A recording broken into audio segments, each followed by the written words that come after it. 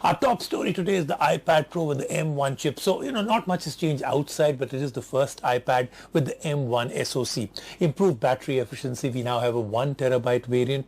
We didn't get any accessories yet with it, but it was very easy to work on this iPad. Solid build quality as always. And I think it's a must-have for people like media designers, people that want an iPad that actually is a semi-replacement.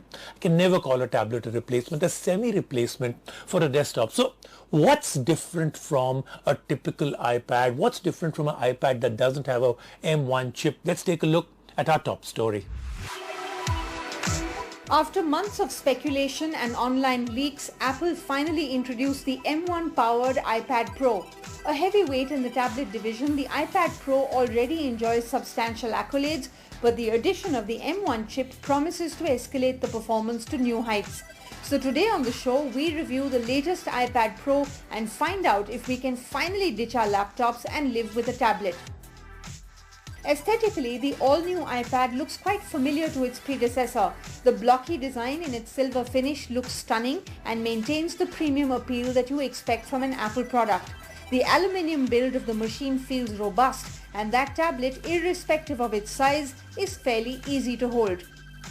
Upgrading the USB Type-C port on board, the new iPad Pro supports Thunderbolt 3 and USB 4. The presence of just one port on a device of this caliber is a bit odd, but then at the heart of it, the iPad is still a tablet. Once signed in, we're greeted with the gorgeous 12.9-inch Liquid Retina XDR display on board. Initially introduced in iMacs, this display technology by Apple improves the experience on every device by the brand.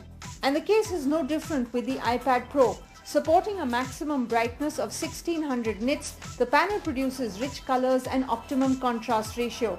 The black levels are satisfactory, and watching content on the latest iPad Pro is an absolute bliss. What does the trick for this panel is the LED backlighting that evenly illuminates the panel and avoids any ugly pixelation. Now, the iPad Pro is the only device from the brand that supports a 120Hz refresh rate, and we can see why it's important.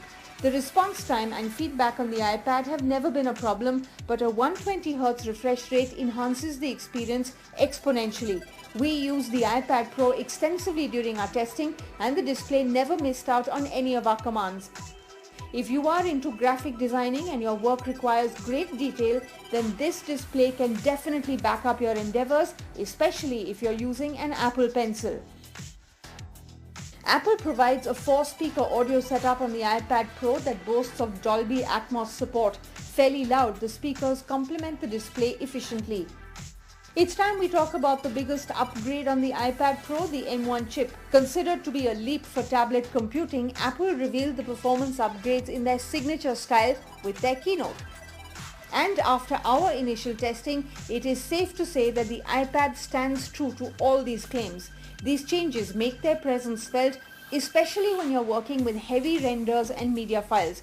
Be it editing pictures or exporting videos, the iPad Pro just might force you to switch substantial workloads from your PC or Mac.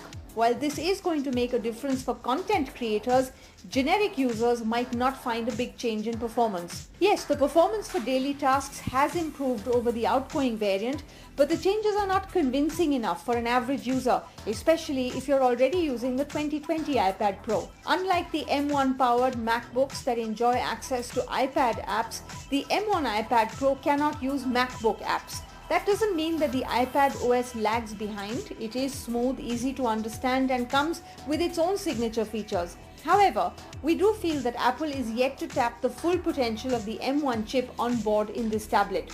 Apple offers multiple storage options for the iPad Pro. The one with us comes with 1 TB capacity and takes care of all the heavy renders and files we deal with. For the optics, Apple provides a multi-camera setup on the back with a LiDAR sensor. First things first, the camera sensor on board delivers beautiful pictures. The bokeh effect is spot on, and the wide-angle lens does add to the experience. Moving on, the selfie camera works well, and yes, the pictures are worthy of your Instagram feed. After improving the battery life for MacBooks, the M1 chip does have a noticeable impact on the mileage of iPad Pro as well. The iPad Pro lasts well over 2 days on a single charge for moderate to heavy usage. And with that, it is time for the verdict. The M1 iPad Pro sets a benchmark when it comes to tablet computing and further bridges the gap between a tablet and a laptop. Starting at 99,900 rupees, this is an expensive device, but it's meant to be a healthy upgrade if you work in multimedia. That being said, we would suggest buyers wait till there is a well-developed buffet of apps that can utilize its complete potential.